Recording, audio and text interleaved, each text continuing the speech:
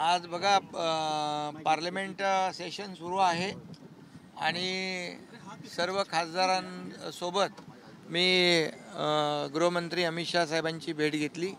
सदिच्छा भेट होती आणि काही खासदारांचे देखील काही विषय होते ते देखील तिथं मांडले आणि एकंदरीत मागच्या आठवड्यात पण मी आलो होतो, पण त्यावेळेस मी त्यांना भेटलो नव्हतो मी, आणि म्हणून आज एक सदिच्छा भेटही झाली आणि बाकी खासदारांच्या संदर्भातले काही विषय होते तेही मांडले. केंद्रीय गृहमंत्री अमित शाह यांनी सर्वाधिक काळ गृहमंत्री केलेला आहे, त्याचं अभिनंदन देखील तुम्ही आणि कालच्या एनडीएच्या बैठकीत देखील आदरणीय प्रधानमंत्री मोदी साहेबांनी याचा उल्लेख केला की केंद्रीय गृहमंत्री म्हणून अमित भाईंनी जास्त काळ काम केलं आणि चांगलं काम केलं, आणखी खूप चांगलं काम करायचं आहे असं म्हणाले ते.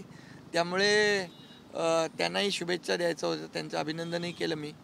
आणि एकंदरीत एनडीएला देखील एनडीए आणि म्हणजे एनडीए व्हायच्या अगोदरपासून शिवसेना आणि भाजपाची युती होती आणि बाळासाहेबांनी ज्या विचारधारेबरोबर युती केली त्याला देखील 25 वर्ष होऊन गेले आणि म्हणून एनडीएचा सगळ्यात जुना पार्टनर म्हणून शिवसेना बाळासाहेबांच्या विचारांची आणि त्यात आमची विचारधारा एक आहे.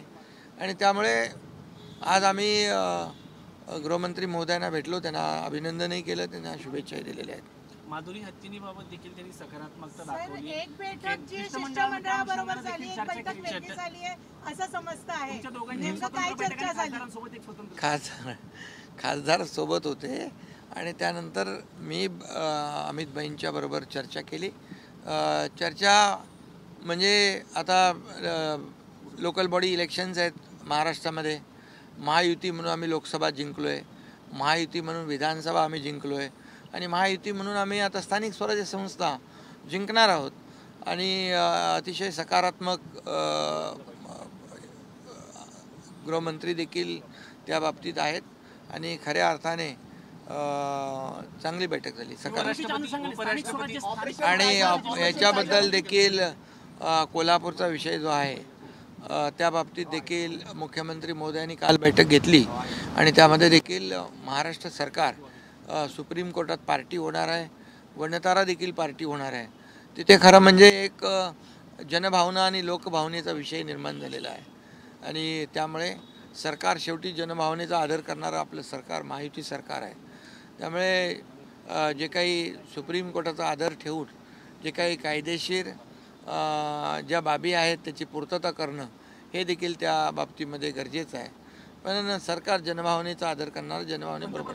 4 वाजता भेटताय तुम्ही, आज त्यांच्यासोबत देखील बैठक? हां, त्यांना देखील सदिच्छा भेट मी त्यांच्यासोबत देखील घेणार आहे आणि सदिच्छा भेट त्यांची घेणार आहे. उपराष्ट्रपती उद्धव ठाकरे पण आज राजधानी दिल्लीत काहीच वेळात पोहोचणार आहेत आणि ते सांगतात की ते रेडी आहेत, सगळ्या सीट्सवरती लढणार आहेत. आपण आपली कशी भूमिका असेल स्थानिक स्वराज्य संस्था निवडणुकीत? ते आता त्यांच्या महाविकास आघाडीचं बोलतायत ना, मी तर महायुतीमध्ये आहे. ते देखील तुमच्या दिल्ली येण्यावरती टीका करतात, मात्र ते 3 दिवस दिल्लीत थांबणार आहे. आता मग त्यांच्यावर काय बोलायचं आम्ही? मी तर जाहीरपणे भेटतोय, खासदारांसोबत भेटतोय आणि काही सकारात्मक ज्या काही जे प्रकल्प आहेत, केंद्र आणि राज्य सरकार मिळून जे काही प्रकल्प सुरू आहेत त्या बाबतीमध्ये चर्चा करतोय. पण त्यांची चर्चा कशावर आहे हे तुम्ही त्यांना विचारा ना.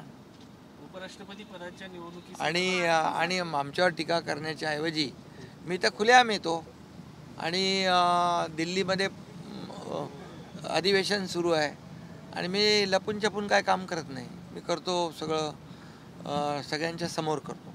उपराष्ट्रपती पदासंदर्भात काही चर्चा केंद्रीय गृहमंत्री अमित शाह यांच्यासोबत एनडीएचे घटक पक्ष आहात तुम्ही? एनडीएची काल बैठक झाली, खासदार आमचे होते, डॉक्टर श्रीकांत शिंदे होते. एनडीएची चांगली बैठक झाली आणि उपराष्ट्रपती पदाच्या सोबत आम्ही एनडीए सोबत आहोत, ताकदीने सोबत आहोत. धन्यवाद, थँक्यू. बेस्ट विभागाच्या अतिरेकी पदाला घेऊन 2 वेगळ्या जागेवरून तुम्ही खूप आनंदी दिसतात.